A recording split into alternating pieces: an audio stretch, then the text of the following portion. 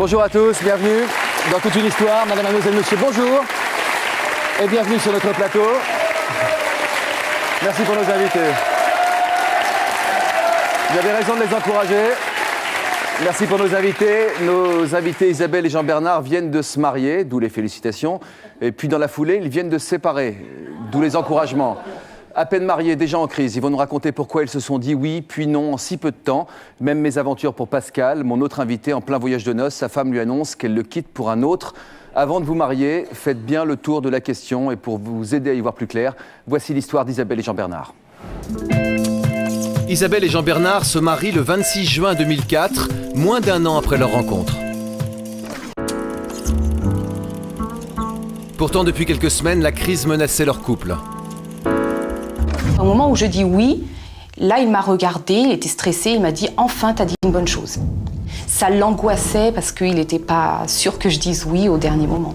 Je pense que c'est plutôt sa mère qui n'était pas vraiment d'accord du mariage parce que je pense qu'à ce moment-là, elle s'est dit « Je perds mon fils ». Et mes parents n'ont pas compris en fait que leur fils commençait à faire sa vie. Un jour, je lui dis « Qu'est-ce qui se passe ?» Et il me dit « Mais mes parents sont jaloux de nous voir heureux ». Et c'est là que je me suis dit « C'est pas possible, quoi. S'ils sont jaloux, la jalousie, elle détruit. Donc s'ils sont jaloux de nous voir heureux, c'est vraiment... c'est grave. » Bloquée par l'attitude de ses beaux-parents, Isabelle s'en prend à Jean-Bernard. Elle se sent délaissée. La situation s'envenime. Le couple s'éloigne. Ça devenait très conflictuel entre nous. Le dialogue était coupé. On se comprenait plus. Moi, petit à petit, je me sentais de moins en moins chez moi. Pour moi, c'était nécessaire de se séparer. Pour lui, non. Mais pour moi, oui. Pourquoi nécessaire à ce point? J'en avais besoin. Comment vous pouvez l'expliquer ça après si peu de temps dans le mariage? Je me sentais trop... Le dialogue était coupé, donc je me sentais seule. Donc j'avais vraiment besoin d'être toute seule. Le mariage a changé quelque chose, vraiment? Oui, moi je pense. Vous en pensez quoi, Jean-Bernard? Il y a eu avant et après? Non, je pense que c'est une continuité en fait. Je pense que je pense que le mariage en lui-même n'a pas vraiment changé, quoi. Quelque chose. C'est quelque chose qui s'est un petit peu instauré un petit peu avant le mariage et qui s'est déroulé au fur et à mesure en fait. Pourquoi vous êtes remariés quand même alors, s'il y avait des points d'inquiétude? Moi j'ai voulu lui faire confiance. Il m'a dit fais-moi confiance, donc je me suis dit pourquoi pas. Parce que j'avais envie de me marier avec lui, je m'entends très très bien avec lui, donc j'étais jusqu'au bout. Alors vous entendez bien ou vous vous entendez plus? Maintenant on est séparés, on s'entend bien. Comment vous en êtes arrivé là? Moi, je pense que il y a eu différentes choses qui se sont mises un petit peu entre nous, dans notre couple. En fait, un petit peu mes parents, quoi, qui n'ont pas trop compris le fait qu'on ait vraiment notre vie, nous deux. Et puis, ils se sont peut-être sentis un petit peu délaissés. Donc, ça a créé des tensions, ça a créé des jalousies, ça a créé des incompréhensions. Qu'en fait, tout ça, ça a remonté. C'est quand même bizarre d'être jaloux de ses enfants. Enfin, j'ai du mal à l'imaginer que ce soit possible. Comment vous pouvez dire une chose pareille? Moi, je pense qu'en fait, je lui ai fait un peu le rôle de maman, de femme. Je suis sa confidente. Donc, il me confie beaucoup de choses. Ça fait 3 rôles déjà, ça. Voilà. Et je pense qu'elle a eu peur de le perdre. Mais elle aurait dû m'en parler. Je pense il n'y aurait pas eu de souci. Mais c'est quelqu'un qui ne parle pas non plus. Les relations de confiance ne sont pas faciles visiblement à instaurer dans votre famille. Quand vous avez fait votre demande en mariage, comment ça s'est passé? C'était quand même un moment romantique? Oui, c'était bien. Ouais. Non, c'était... pour nous deux, nous deux, oui. Nous deux, oui. Comment ça s'est passé? Vas-y, c'est l'heure de mon repas. C'est l'heure d'un repas en Normandie. Donc, il a demandé à ma mère la fille de votre main. J'étais tellement perturbé qu'en fait, j'ai tout mélangé. Qu'est-ce qu'elle a dit? Non, ma mère, elle a pris la plaisanterie, puis elle a dit oui, bien sûr. Mais elle pensait que c'était pas... Parce que ça allait un peu trop vite. 4 mois, quand on s'est connus, 4 mois après, il voulait un enfant. Pourquoi vous vouliez aller aussi vite? Je pense que c'est tout simplement, en fait. Je pense que j'ai vraiment accroché avec Isabelle. J'ai vu en elle ma femme et aussi la mère de mes enfants. Parce que je trouvais que c'était quelqu'un de bien, avec qui je m'entendais vraiment à merveille. Il y avait quelque chose qui était fusionnel entre nous. Vous aviez peur de la réaction de vos parents? Non, peur non, mais c'est vrai que... Votre femme dit oui? Non. Je pense qu'ils n'étaient pas trop d'accord dans l'immédiat, parce qu'ils pensent... En fait, le mariage, pour eux, ils ont perdu leur fils, donc ils n'étaient pas trop d'accord. Il y a des gens dans le Sud qui l'ont dit « Ah, bah ça y est, Jean-Bernard, il a rencontré une fille bien et tout. »« Ah oui, mais c'est une fille comme ça. » Une fille comme quoi? Comme ça. Ça veut dire quoi? Bah, c'est une fille d'un soir, enfin comme ça. Ah. C'est pas sérieux. Donc pour moi, je me suis dit, une fille comme ça? Ah non, c'est pas une fille comme ça. Ça a mal démarré, là. Ah oui. Vos parents vous ont vraiment déconseillé d'épouser cette femme? Non, pas du tout. Non, pas du tout. Non, ils m'ont pas du tout déconseillé. Ils ne m'ont pas non plus, ils m'ont pas poussé, ils m'ont pas porté, mais ils ne m'ont pas non plus, ils n'ont pas dit ne te marie pas ou réfléchis ou. Dans ces circonstances, comment s'est passé le jour du mariage? Dans l'ensemble, plutôt bien, quoi. C'est vrai que mes parents sont des gens un petit peu comme moi, un petit peu indépendants, qui ont du mal aller vers les autres. Donc c'est vrai qu'ils sont Ils étaient plus. de leur côté. Ils ma étaient plus famille un petit peu de l'autre côté. Ils ont de temps en temps dialogué, mais ça n'a pas été non plus la. Ce ne sont pas deux familles qui se grande, rencontrent? Non. Je vais demander son avis à Pascal, qui est avec nous. Quel regard vous portez sur cette histoire-là? Vous repassez forcément votre histoire à vous? Oui, bien sûr, tout à fait. Je pense qu'il faut instaurer un dialogue avant tout, que ce soit le mari et la femme comme les beaux-parents, des deux côtés, quoi. Avant de se lancer dans une aventure comme ça, quoi. Je pense que moi, personnellement, dans mon cas, il n'y a pas eu assez de dialogue. Dans toute la famille? Dans toute la famille, que ce soit avant, pendant et bien sûr après. Je pense que moi, je n'ai pas su non plus mettre les points sur les i, les barres sur les t au moment important. Et je pense que j'ai laissé un petit peu trop couler. Et je n'ai pas vu en fait que c'est vraiment ça touchait énormément Isabelle. Et en fait, quand j'ai commencé à démarrer en fait la chose que j'ai essayé de voir avec mes parents pour essayer de stabiliser un petit peu la situation, je pense que c'était un petit peu trop tard vis-à-vis d'Isabelle. Et aujourd'hui, je suis arrivé moi à un point avec mes parents où je leur ai fait comprendre la situation, où eux ont compris la situation, mais je crois que Isabelle est restée sur ce conflit et n'arrive pas à le dépasser. Isabelle et Jean-Bernard, vous êtes mariés depuis combien de temps aujourd'hui? 2 ans. Vous êtes séparés depuis combien de temps? Depuis le mois d'août. Vous avez envisagé une rupture après seulement 4 mois de mariage. Pourquoi? Moi, je voulais absolument... parce que je me suis dit, c'est pas possible, quoi. 4 mois après, moi, je souhaitais divorcer. Parce que j'ai vu le truc venir, mais je m'y attendais pas. Du tout. Parce que quand j'allais les voir, ils étaient gentils, grand sourire. Je voyais pas du tout le problème. Vous avez décidé en tout cas de consulter quelqu'un pour essayer de rétablir le dialogue entre vous. Que reste-t-il de vos amours quelques mois seulement après votre mariage? Est-ce qu'il y a encore de l'espoir? C'est la grande question. 2 ans après leur mariage, Isabelle et Jean-Bernard n'arrivent plus à s'entendre. Depuis 1 mois, ils ne vivent plus ensemble. Pourtant, le couple continue de se voir régulièrement. Malgré quelques gestes tendres, ils ne partagent plus l'intimité d'un couple. Oui, je t'ouvre.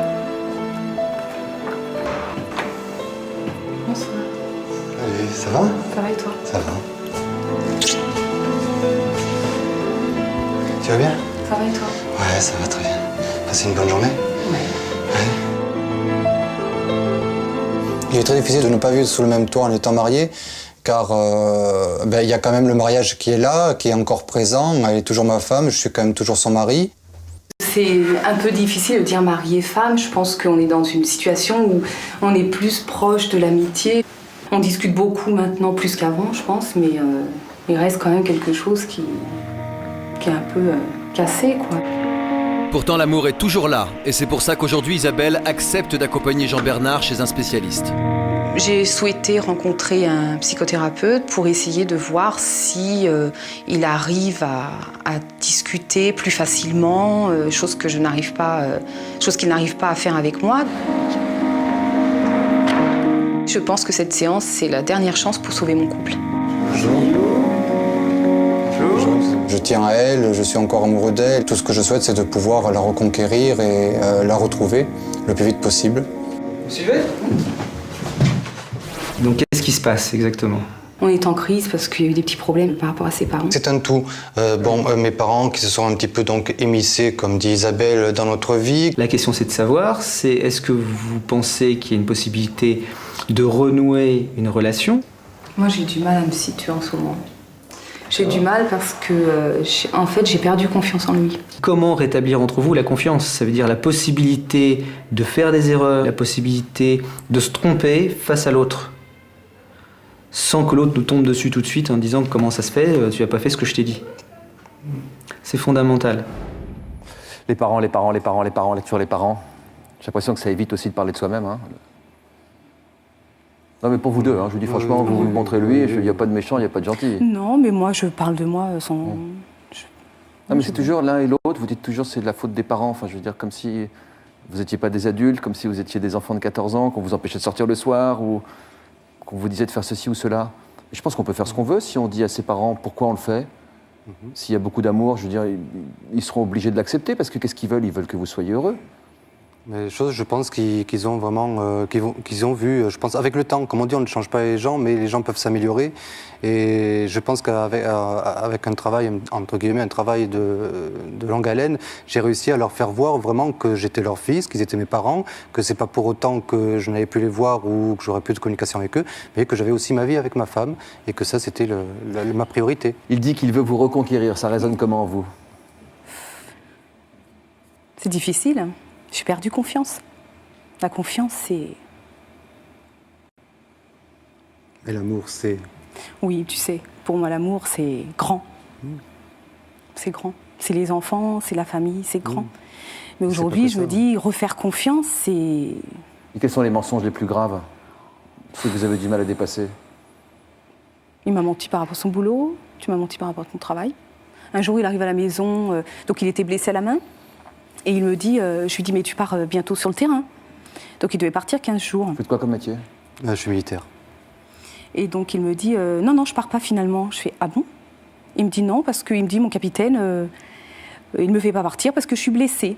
Et moi, comme il y avait plein de problèmes et j'arrivais plus du tout à le comprendre, j'ai pris le téléphone, je téléphone au capitaine pour voir qu'est-ce qu'il se passait, comment il se comportait à l'armée.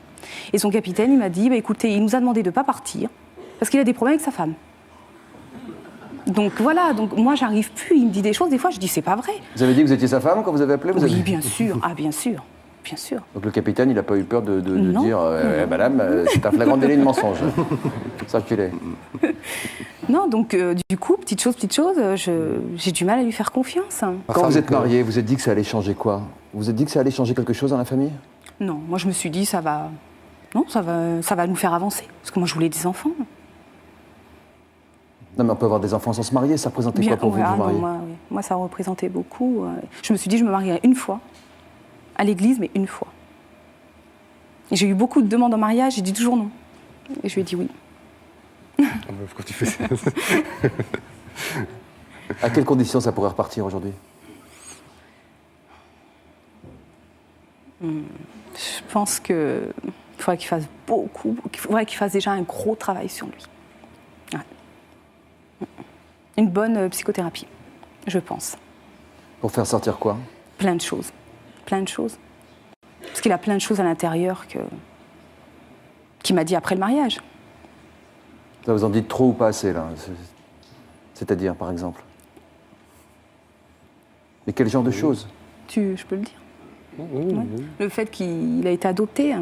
Donc ça a été une chose difficile, mais j'étais là pour l'écouter et il me l'a dit après le mariage, parce qu'il avait peur. Il n'y a pas de honte à ça, au contraire. Hein. Non, je pense qu'en fait, en même temps, avec le recul, après, je me dis, mais t'étais bête, quoi, pourquoi tu l'as pas dit avant? C'est peut-être pour ça que vous avez l'impression de trop devoir à vos parents aussi, alors? Ah, mais bon, je pense, après, bon, oui, je pense que ça aussi, je pense que ça y fait, oui. Voilà. Là, quand vous vous retrouvez dans le reportage, on a vu le bisou sur la bouche. Oui, il y a toujours. Il y a toujours. Oui. Il y a toujours. Il y a toujours une relation entre vous. Oui, il y a toujours une semi-relation. Hein. De l'amour? En tout cas, pour moi, oui. Oui, je pense qu'il y a des gestes tendres. Des petits dérapages au contrat de séparation? Vous voyez ce que je veux dire? Un contrat de mariage, dérapage, et un contrat de séparation. Alors le dérapage, c'est dans l'autre sens. Non. C'est-à-dire que quand on est séparés, normalement, on se revoit plus, on fait plus certaines choses ensemble. Non, je crois en fait, on continue autant à se voir. Cette semaine, on s'est vu pratiquement tous les jours. Hein. Les week-ends, on les passe ensemble. Là, cet hiver, on devrait partir ensemble à la montagne. Cet été, on est parti à l'île de Ré ensemble. Voilà. Non, donc, on garde toujours ce côté fusionnel. Comme deux amis, vous comprenez ma question?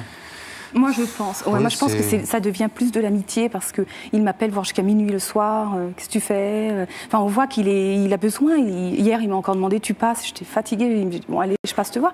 J'ai besoin de le voir aussi, ça, mais je me dis, je suis plus arrivée. En fait, je n'ai plus l'impression d'être sa femme.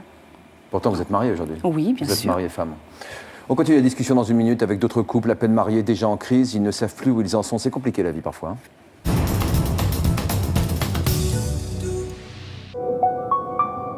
Dans un instant, l'histoire de Jean-Louis Turquin. En 1991, son fils disparaît à l'âge de 8 ans.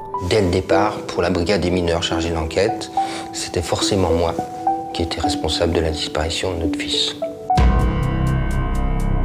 Sur des aveux faits à sa femme, Jean-Louis est reconnu coupable de l'assassinat de son fils. Aujourd'hui, il clame son innocence. Comment vous avez vieilli avec cette idée-là? C'est comme si mon fils avait encore 8 ans. La vie s'est arrêtée il y a 15 ans.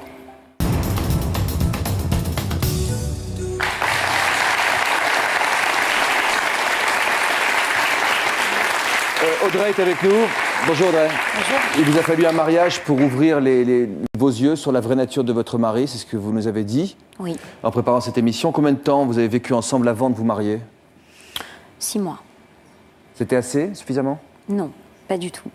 Vous ressentiez comme un malaise au moment de vous marier? Vous aviez un pressentiment que ça allait mal se passer?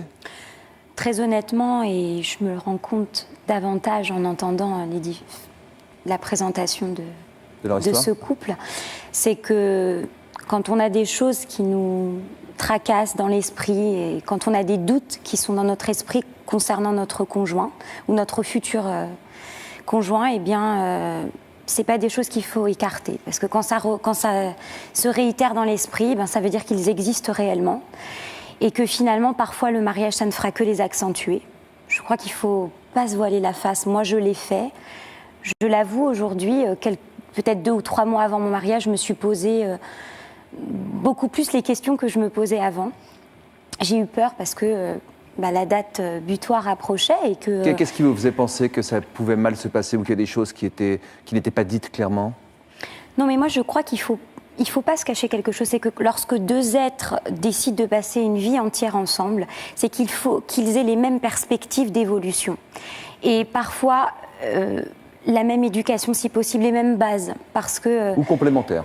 Ou alors des bases complémentaires, tout à fait. Parce que sinon, quand il y a trop de choses qui nous séparent dans l'état d'esprit et dans l'éducation qu'on a reçue de nos parents, et la vie qu'on a menée, lorsqu'on vit, qu'on se retrouve à 2 et qu'il y a toutes ces différences, elles ne peuvent nous réunir. C'est encore des histoires de famille, c'est indirectement ce dont vous nous parlez. Un petit peu, mais vous savez, quand on épouse quelqu'un, on épouse sa famille, c'est-à-dire qu'il faut l'accepter telle qu'elle est. Et comme vous en faisiez part tout à l'heure, effectivement, c'est un tout. Comment vous avez vécu la cérémonie du mariage? Oui, pour moi, sincèrement, c'était abominable. Moi, je l'ai très très mal vécu, sincèrement, et en fait, je crois que... Qu'est-ce qui s'est passé pour que Si vous voulez, bon, moi, j'ai des personnes de ma belle famille qui sont arrivées très en retard à la cérémonie civile et à la cérémonie religieuse. Très honnêtement... C'était un message qu'ils vous envoyaient? Oh, je pense. Que c'était pas important pour eux?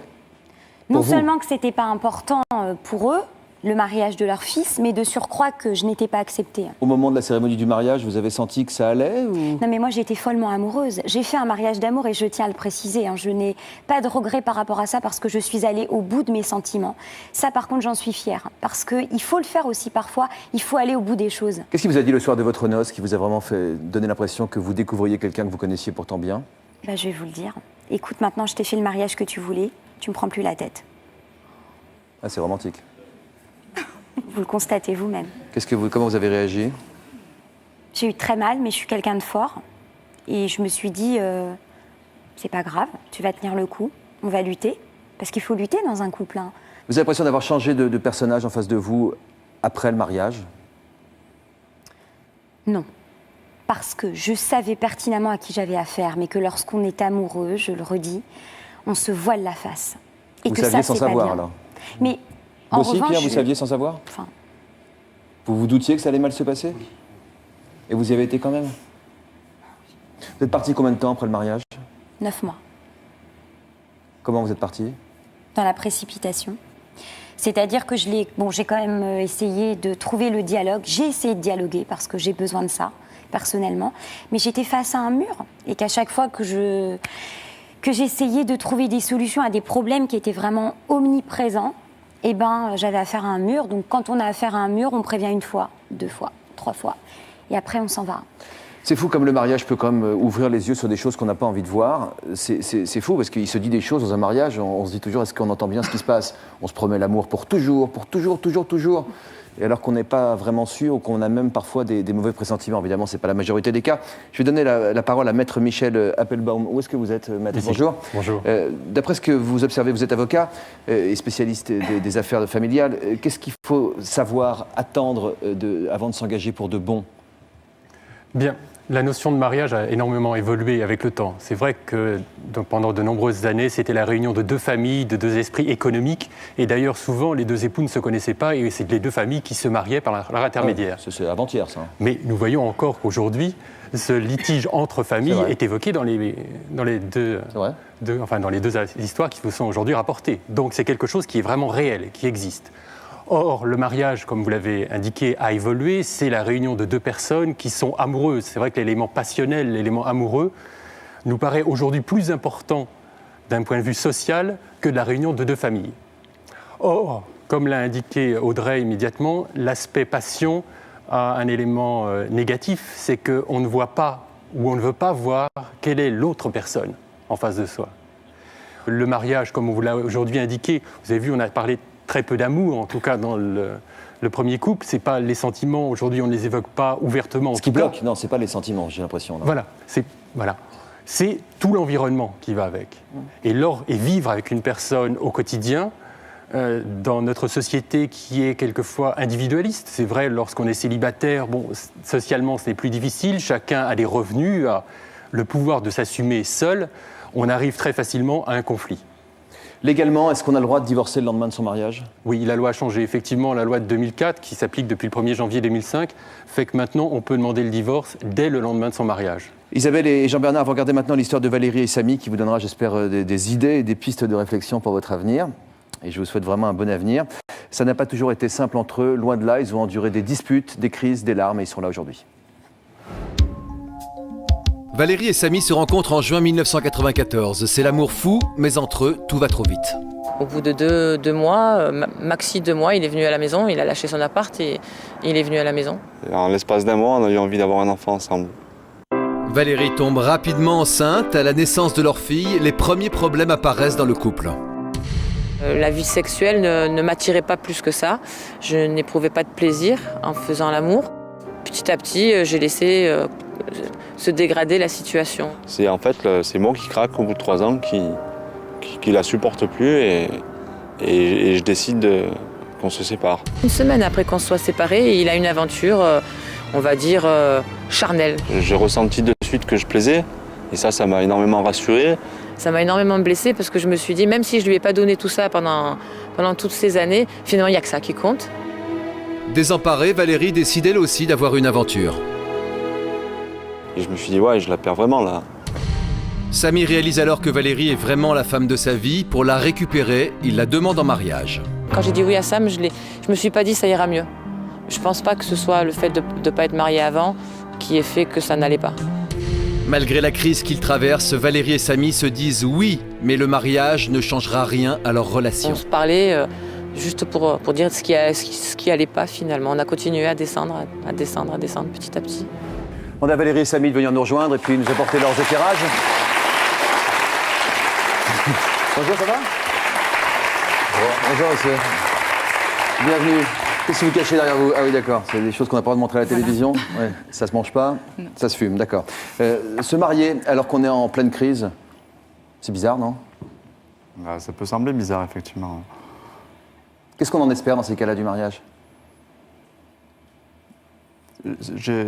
J'espérais pas quelque chose de particulier, c'est que ça a été quelque chose d'important pour Valérie. C'était un rêve de petite fille, se marier dans une belle robe, une belle réception. Et puis quand on pense avoir perdu quelqu'un, on se remet en question, on se dit mais si ça va plus entre nous, c'est peut-être parce que j'étais pas à son écoute. Je voulais pas me marier, elle c'était important pour elle. À la rigueur, on aurait pu le faire. Donc parce que c'était important pour elle, c'était pour l'autre. Comment vous avez vécu le jour de votre mariage? Merveilleux. Parfait. Un petit bémol, il me manquait mon papa, mais bon, c'est tout. Pourquoi? Il est décédé. Ah oui. Mais c'est tout, sinon c'était le plus beau jour de ma vie. Est-ce que ça a été un aphrodisiaque puissant en termes d'amour entre vous deux? Qu'est-ce que ça a changé dans votre relation avec Samy? Pour moi, ça n'a rien changé dans ma relation avec lui. J'ai passé une journée merveilleuse, mais ça n'a rien changé. Non, c'était la veille du mariage et le lendemain, c'était pareil. Et le voyage de noces? Non, il n'était pas génial, le voyage de noces. Qu'est-ce qui s'est passé? Déjà, il a été reporté une première fois. Et problème de santé. Et quand on est parti, c'était plutôt un voyage entre potes, dans un paysage merveilleux, plutôt qu'un voyage de noces. Entre deux potes? Ouais. Qu'est-ce qui s'était passé entre-temps? On n'a jamais eu une vie sexuelle très épanouie, et donc, par définition, le voyage de noces, on ne doit pas trop quitter la chambre. Donc, vu qu'on n'avait pas trop de vie sexuelle épanouie, non, c'était pas un vrai voyage de noces, c'était un voyage. Mais ça a confirmé cette absence de désir que vous aviez? Tout à fait. On le connaissait d'avance, ce problème. On le savait déjà. Vous saviez que vous alliez continuer à avoir ce problème pendant le voyage de noces aussi? Oui. Vous le saviez aussi? Ah oui, tout à fait, oui. Et on y va quand même? Je l'aime, c'est comme ça. On passe du temps ensemble quand même. Oui, c'est de l'amour, je sais pas.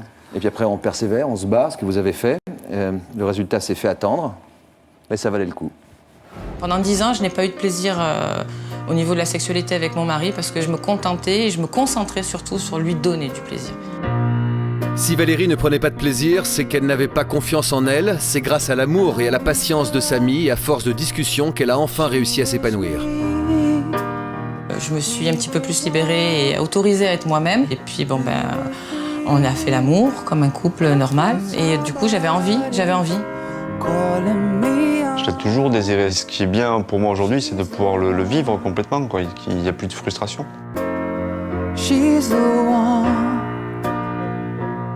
Après 10 ans de je t'aime, moi non plus, toutes les occasions sont bonnes pour se prouver l'amour qu'ils ont l'un pour l'autre. Samy ne passe plus une journée sans écrire un mot tendre à sa chérie.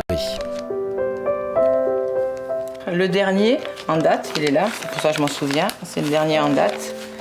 C'est une petite carte avec, il m'avait offert une rose. Et puis derrière, c'est mon amour, un jour pluvieux, mais un jour heureux. Un jour pluvieux, mais un jour chanceux, celui de t'avoir. Je t'aime, Sam. Donc c'était dimanche dernier. Moi, je trouve ça mignon au bout de 12 ans, quoi. C'est à un moment donné, il y en a un où il me dit qu'il est... Oh mon Dieu.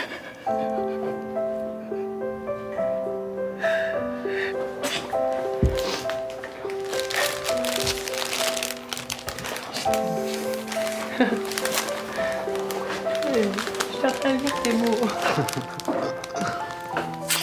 Je t'aime. Tous les jours, je me dis qu'on a vraiment bien fait de se battre et que même si des petites attentions, j'en ai toujours eu régulièrement, c'est vrai que je les apprécie beaucoup plus aujourd'hui. Et puis je suis sûre que je pense qu'il apprécie plus de me les faire aussi. Et là, bravo.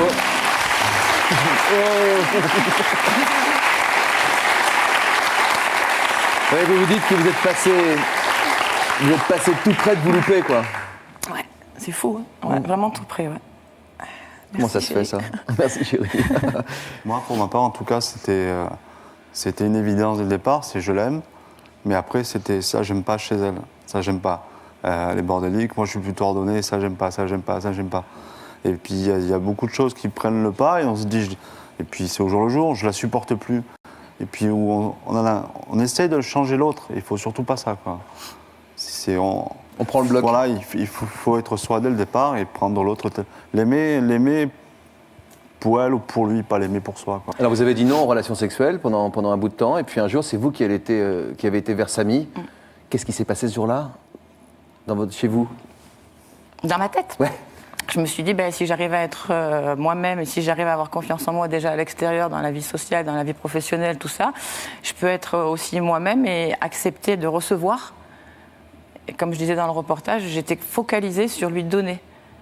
Et je ne calculais pas, recevoir. Je ne recevais rien parce que, si, il me donnait, mais je l'occultais complètement. C'est-à-dire qu'il vous demandait, vous disiez oui, il vous demandait, vous disiez oui, jusqu'au jour où vous avez dit non. Et le jour où même pas, hein. Ah oui. Non, c'était moi, je me disais, ça fait un bail, ça craint, le pauvre.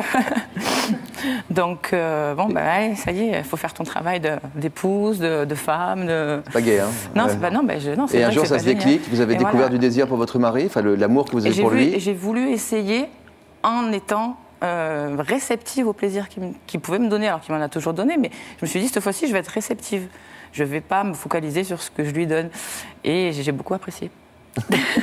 Vous avez arrêté de faire semblant et ça a suffi. Tout à fait. C'est incroyable. Hein. Quelle leçon vous tirez de votre histoire? Déjà qu'il faut toujours être soi-même et que quand on aime, il faut se battre. Alors, il y a une chose dont je suis sûr, c'est qu'à partir du moment où...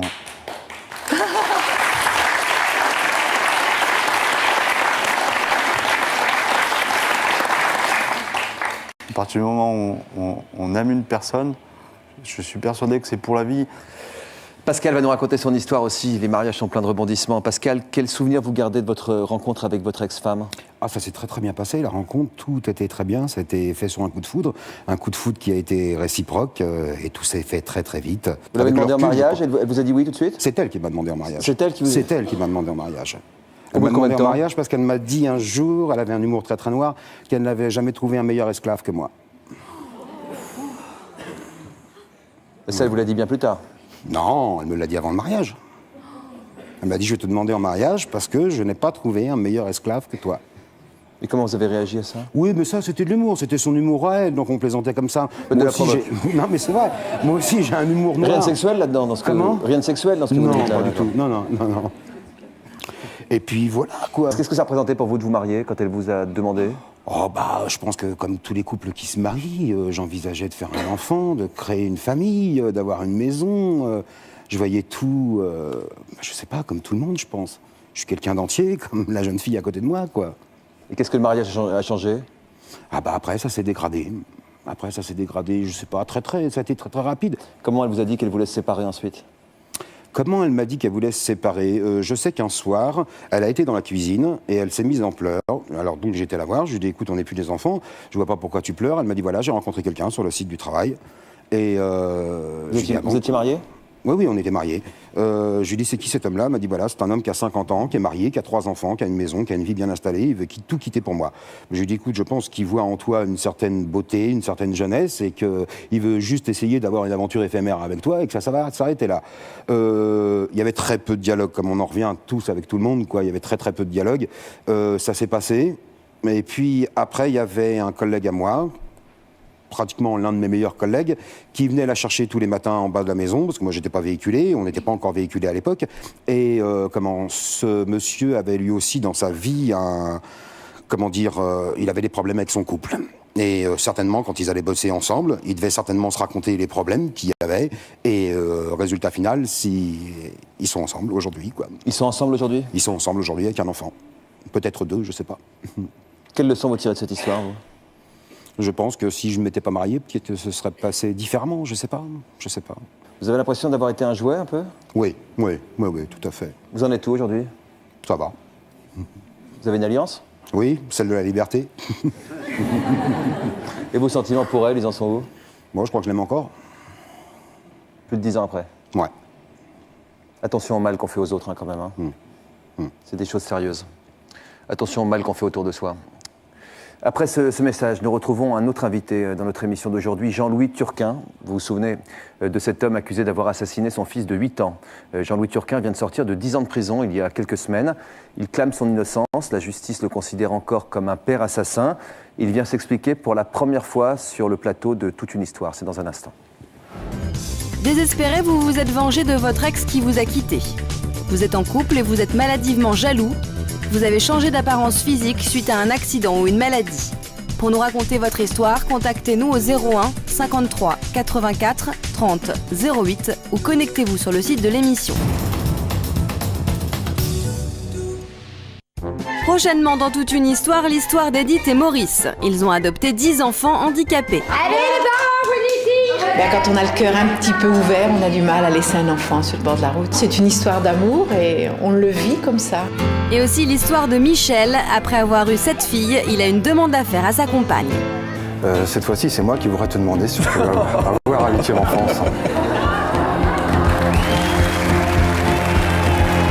Ou encore l'histoire incroyable de Ludovic qui a dû s'improviser sage-femme pour venir au secours de sa voisine. J'ai retroussé mes mains, je prends la tête du bébé, j'essaie de le tourner parce que ça bloquait au niveau des épaules pour passer.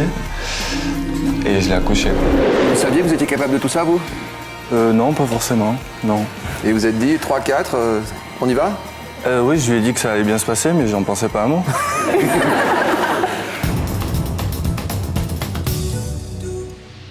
Je vous propose à présent de revenir sur une des plus grandes sagas judiciaires des 15 dernières années. Souvenez-vous de l'affaire Jean-Louis Turquin. Ce vétérinaire niçois a été condamné à 20 ans de prison pour le meurtre de son fils, un meurtre qu'il a toujours nié. Jean-Louis Turquin a bénéficié d'une libération conditionnelle pour bonne conduite. Il est sorti de prison il y a quelques semaines. Il parle pour la première fois à la télévision dans toute une histoire. Jean-Louis Turquin, père assassin ou père innocent. Voici un rappel des faits et tout de suite après nous recevons M. Turquin sur ce plateau. Le 21 mars 1991, le petit Charles-Édouard disparaît à l'âge de 8 ans. Son père, le vétérinaire niçois Jean-Louis Turquin, est le dernier à l'avoir vu dans ce lit. L'enfant partageait la chambre de son père depuis la séparation de ses parents. On cherche partout, on ne trouve pas. On sort dans le jardin, on va voir les voisins, personne n'a rien vu. Jean-Louis Turquin dit penser alors à une fugue ou pire, à un enlèvement. Il prévient immédiatement la police. Dès le départ, pour la brigade des mineurs chargée de l'enquête, c'était forcément moi qui étais responsable de la disparition de notre fils. Je l'adorais, c'était pour moi l'espoir de ma vie, l'avenir de ma vie. Je jouais avec lui, je le conduisais à l'école, j'allais le chercher. Je me souviens que je lui apprenais à compter en anglais. Je l'emmenais à la plage, tout ce qu'un père fait avec son fils. Et pourtant, Jean-Louis Turquin finit par faire des aveux à sa femme dans des circonstances qu'il décrit comme très particulières. Elle me disait, mais dis-moi que c'est toi, dis-moi ce que t'en as fait, je suis sûr que c'est toi. Et puis un jour, elle me dit, dis-moi que tu l'as tué, et si tu me le dis, je reviens vivre avec toi. Alors un beau jour, je lui dis, je l'ai tué, pour lui faire plaisir. Elle me dit, tu l'as étranglé? Je lui dis, je l'ai étranglé.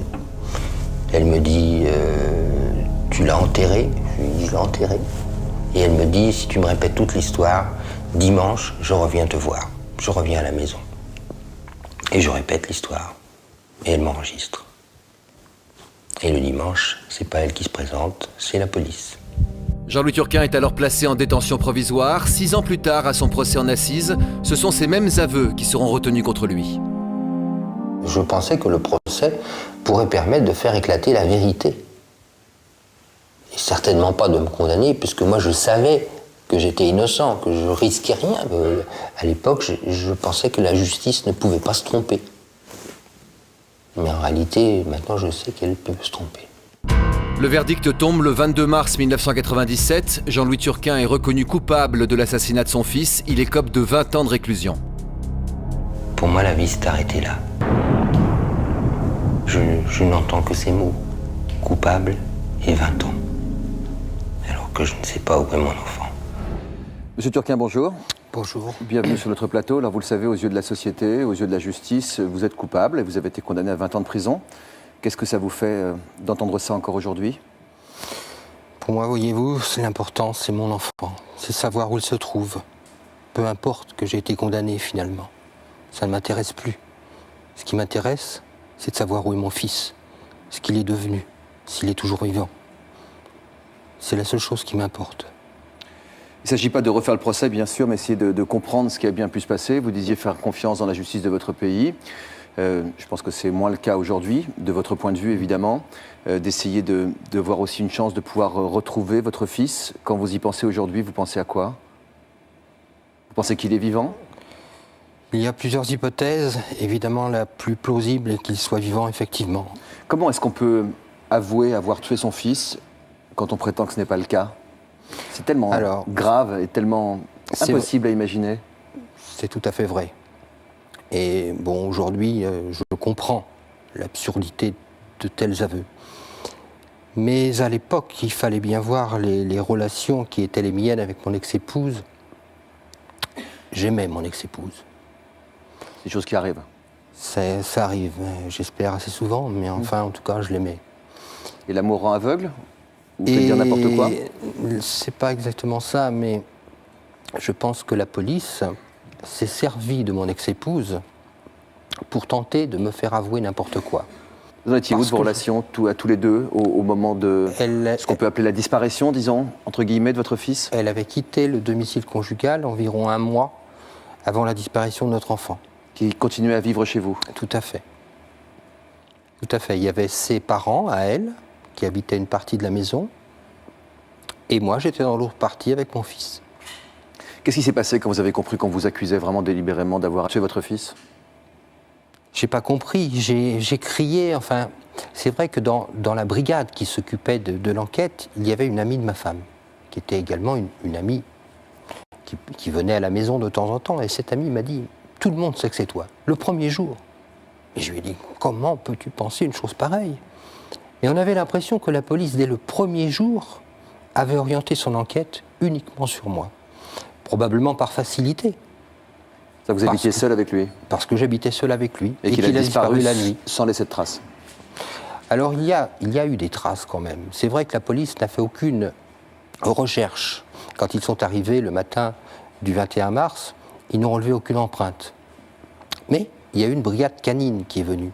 Quelques chiens qui ont suivi la piste de Charles-Édouard, Charles-Édouard jusqu'au portail de la maison. Et ça m'a fait penser qu'il avait pu être enlevé, puisque sa trace s'arrêtait précisément juste au portail. Comme s'il avait été emporté par une voiture ensuite? Voilà. Et ça, vous n'avez pas réussi à convaincre les enquêteurs que c'était une possibilité plausible? J'avais l'impression qu'ils pensaient que c'était moi, qu'ils voulaient prouver que c'était moi. J'avais l'impression qu'ils voulaient se débarrasser de l'enquête le plus vite possible. Vous avez donc vécu toutes ces années de prison en lisant dans la majorité des yeux des gens qui étaient en face de vous que vous étiez le coupable? Non, pas du tout. Au contraire. J'ai été coupable aux yeux des détenus que je côtoyais en prison pendant environ une semaine. Et puis ensuite, les autres détenus ont compris. Ont compris en me voyant, tout simplement, en m'exprimant. On pourrait se dire que vous êtes un grand manipulateur, que vous simulez. C'est pas vraiment le cas. C'est pas vraiment le cas. Vous savez, quand un père perd son enfant, ne sait pas où il se trouve et cherche sans arrêt, ça se voit. Combien de temps après sa disparition vous avez fait ces aveux à votre ex-épouse? Je dirais environ 2 mois. Et vous êtes dit que vous pourriez reconstruire quelque chose avec elle en lui disant des choses aussi graves? Je pensais que dans un premier temps, elle reviendrait à la maison. Et à ce moment-là, je lui aurais redit la vérité parce que mon but, c'était de rechercher mon enfant.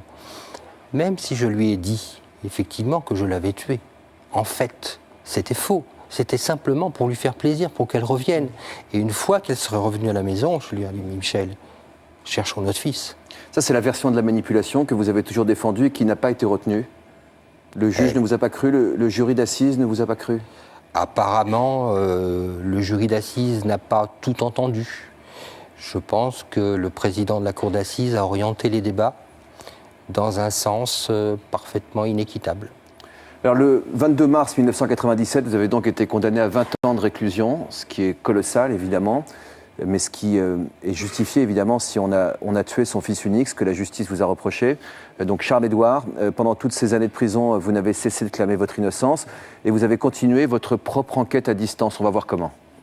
Le plus difficile, quand on arrive en prison, c'est de ne plus pouvoir participer aux recherches. En fait, avoir l'impression que tout est terminé, tout est dit, la messe est dite. Pendant que j'étais en détention, je pensais constamment à mon fils. Je me demandais qu'est-ce qui avait pu lui arriver, où il était, s'il était bien, où il se trouvait. C'était jour et nuit, ça me travaillait, je ne pouvais plus dormir. Si Jean-Louis Turquin réussit à tenir, c'est grâce aux nombreuses lettres de soutien qu'il reçoit, mais aussi grâce à ses amis qui continuent les investigations. Si les recherches avaient été interrompues, j'aurais pas pu supporter.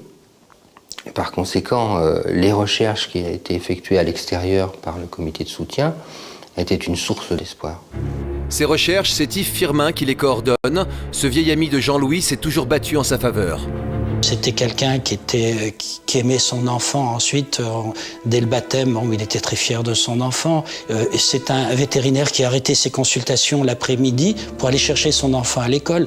Je ne l'ai jamais fait, donc je ne crois pas à la culpabilité de Jean-Louis Turquin, je n'y ai jamais cru, qu'on me prouve le contraire. Nadine, la nouvelle femme de Jean-Louis, est elle aussi persuadée de son innocence. Elle l'a connu alors qu'il était déjà en prison. Quelques rencontres ont suffi à la convaincre. Je suis allée le voir et au bout de plusieurs parloirs, il m'a dit « Madame, je vous remercie de croire en mon innocence, mais où que je sois, je serai toujours prisonnier de l'angoisse de ne pas savoir où est mon enfant. » Il y avait tellement de douleur en lui, tellement d'émotions, et c'est à partir de ce moment-là que j'ai été convaincue de l'innocence de Jean-Louis. Un père ne peut pas vivre sans connaître la vérité sur son fils, sur ce qui s'est passé. On peut apprendre le pire, on peut apprendre que son enfant est mort, mais c'est moins pénible que de ne pas savoir. Pas savoir, c'est insupportable. Et on ne peut pas s'empêcher de vous poser la question, vous ne savez vraiment pas où est votre fils aujourd'hui ? Non. Et je peux vous dire que ça me pèse. Je chercherai jusqu'à la fin de ma vie. Comment vous avez vieilli avec cette idée-là, puisque c'est arrivé il y a déjà 15 ans ? Pour moi, c'est arrivé hier. C'est comme si mon fils avait encore 8 ans. La vie s'est arrêtée il y a 15 ans. Vous préféreriez apprendre qu'il est mort aujourd'hui ? Je préférerais savoir qu'il est mort plutôt que de ne pas savoir, oui. Pourquoi ? Parce que quand on sait, on peut faire ce qu'on appelle son deuil. Quand on ne sait pas, on cherche. Et on ne vit plus. On ne dort plus. Vous n'avez jamais cessé de vous battre quand on disait que vous avez continué l'enquête à l'extérieur tout en étant à l'intérieur de la prison. Comment vous y êtes-vous pris ? Bien heureusement, j'ai un comité de soutien qui est composé de confrères que j'ai connus à l'école vétérinaire, et en particulier Firmin, qui a continué l'enquête en mon absence. Mais bien sûr, on s'écrivait. Donc je pouvais éventuellement lui orienter telle ou telle chose, enfin en discuter par écrit. Quelles sont les autres possibilités d'après vous ? Bien, nous avons une piste qui est apparue en 2003, celle d'un détenu de la prison de Toul, qui affirme qu'un co-détenu de cette même prison lui aurait affirmé être responsable. Malheureusement, de quoi ? D'un enlèvement ? Non, de la mort de mon fils. C'est-à-dire que lui affirme qu'avec un collègue, ils étaient en train de préparer un cambriolage dans la région où j'habitais, donc à Guéraud, et que malencontreusement, ils ont écrasé un enfant qui était en pyjama.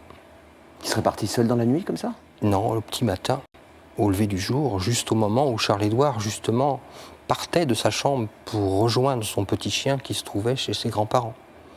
Donc, ça c'est arrivait possible. qu'il parte le matin tout seul en pyjama ? Tous les jours. Des cambrioleurs qui allaient cambrioler ailleurs, qui l'auraient écrasé par erreur ? C'est une possibilité, hélas. En tout cas, c'est une piste, et c'est une piste qui n'a pas du tout été exploitée par la justice. Donc vous allez vous battre aujourd'hui pour la révision de votre procès ? Bien sûr. Mais je me bats surtout pour la vérité. C'est-à-dire que la révision de ma condamnation, c'est très secondaire. Moi, ce qui m'importe, c'est de savoir ce qui s'est passé. Et je veux que la justice enquête.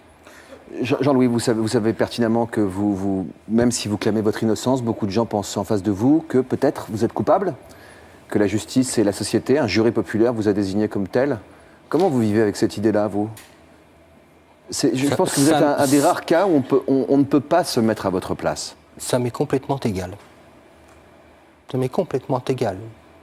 Ce qui m'intéresse, moi, c'est de savoir où est mon fils. Peu importe ce que les gens pensent de moi. Moi, je sais que je n'ai rien fait. Vous avez été condamné à 20 ans de prison, vous êtes resté combien de temps derrière les barreaux ? 10 ans et 1 mois. Pourquoi avez-vous été libéré, si j'ose dire, si tôt ? Parce que je me suis tenu correctement, parce que j'ai fait beaucoup d'études, parce que j'avais un projet de sortie qui satisfaisait totalement la justice. Quel et projet ? aussi, c'est-à-dire que j'avais un métier. Vétérinaire ? J'avais un métier avec un contrat de travail à la SPA. Un métier de rêve, même. Enfin, je dirais un métier de rêve pour enfants, en tout cas. Un métier que j'ai choisi depuis mon plus jeune âge et qui est une véritable passion pour moi. Et puis, certainement aussi parce que les magistrats ont un sérieux doute sur ma culpabilité. Parce que c'est vrai que c'est très rare de sortir à mi-peine. Même quand on présente toutes les garanties. Comment vous arrivez à quantifier les chances que vous avez de retrouver votre fils aujourd'hui? Vous avez eu le temps d'y réfléchir, j'imagine? Je ne peux pas quantifier. Je dis que je me battrai jusqu'à la fin de ma vie.